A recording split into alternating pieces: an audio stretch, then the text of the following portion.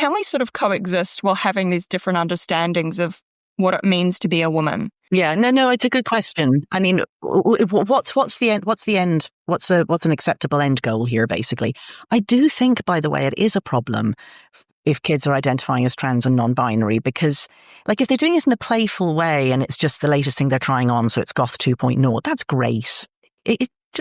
Anything playful in your teens is great. If it's about rejecting their bodies or doing things that are not safe.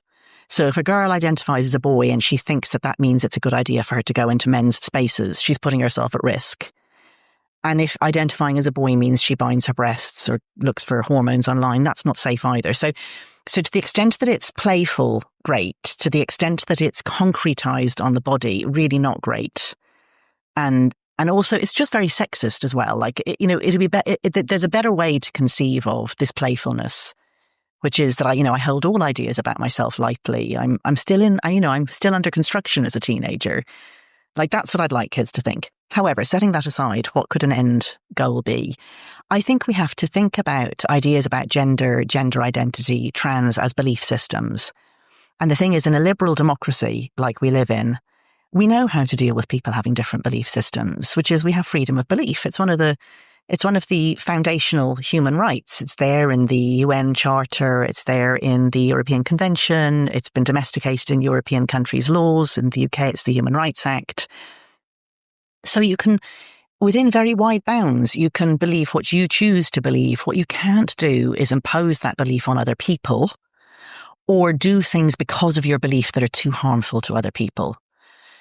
And there's a whole load of worked out case law on that. So, for example, a person who's a Jehovah's Witness can reject a life-saving blood transfusion. That's fine. It's their right. What they can't do is do that on behalf of their minor child. And that was decided in court. That's just too much freedom of religion, freedom of belief. So if someone wants to believe something about themselves that's counterfactual, people do that all the time. I'm surrounded by people who believe different things than me. I don't believe in astrology. I don't believe in homeopathy. I'm an atheist. I absolutely think that, socialism is idiotic. I have a whole set of beliefs. And that's fine. I'm not imposing them on other people. And I don't want other people to impose their beliefs on me. So if a man wants to believe he's a woman, he's very welcome to believe he's a woman. I'm not going to say it. And he can't come into spaces that are for women only, because that harms women. But he can do it all he likes on his own time. And we've got to get to there. We've got to remember, it took us a long time to get freedom of belief, to understand how that worked. There were the Crusades. There were people who tried to force other people to convert at knife point, at gunpoint, burn people alive for believing the wrong thing. And then we realised that that's a bad way to live. The good way to live is freedom of belief. And we have to get this one in there too. Yeah. Okay. I mean, you just quickly raised another question for me. I know, when people transition to the opposite sex, I know a lot of transgender people that have transitioned, and they feel it alleviates their suffering and that it's made them happier. I mean, I suppose, do you still believe people should be able to do that? It depends. I mean, I don't know what exactly that you mean, because, nobody transitions to the other sex. We can't actually change sex. Yeah. But you know what I mean. People are, it's a wide range. Like, if they're taking hormones, I guess as an adult, if you want to take hormones and you really understand what the downsides will be, I don't have a strong position on that. I don't think it's very wise, by the way. I think the human body is a pretty impressive organism that it's not a great idea to stick spanners in. But, I'm not the boss of everybody. I think a lot of the operations are quite badly missold. And I think I would want to know a lot more about regret rates. Like, we're starting to see a lot of women who had mastectomies quite young and are now realizing that they actually want to have kids and they can't breastfeed, or that, they have painful scars, or that it didn't make them look as like a man as they thought it would. It's an area of cosmetic surgery that has not got either great outcomes or good information for patients.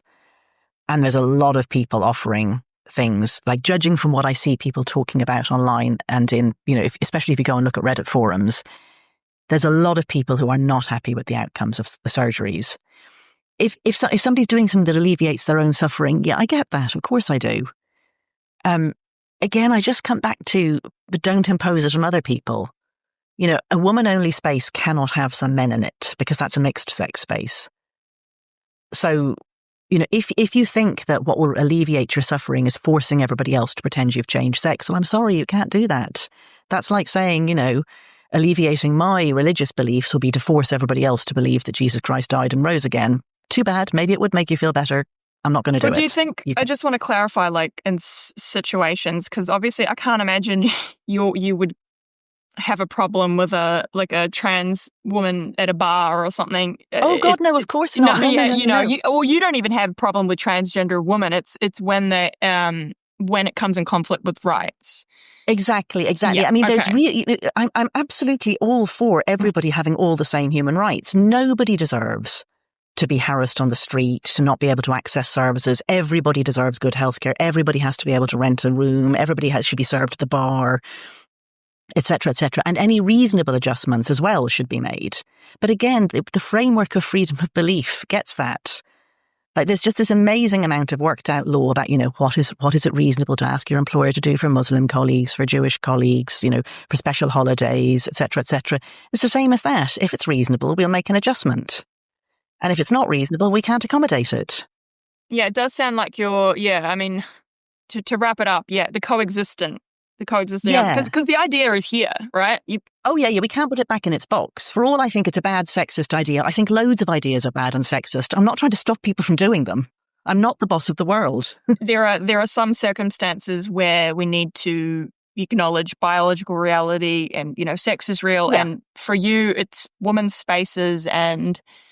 Well, single-sex spaces generally. I mean, men deserve their privacy too. Obviously, sports. I don't think we should be teaching children very sexist ideas. Like, if children find their way to the idea that they were meant to be the opposite sex themselves as they grow older, I can't stop them. But I would not actively teach them that, you can't tell who's a boy or who's a girl by looking at their bodies. That's a very bad idea to be teaching people. I mean, it's creating, bodily disease. That's just not a great idea. But generally speaking, people can believe what they want about themselves or the world, but they can't impose upon other people's rights.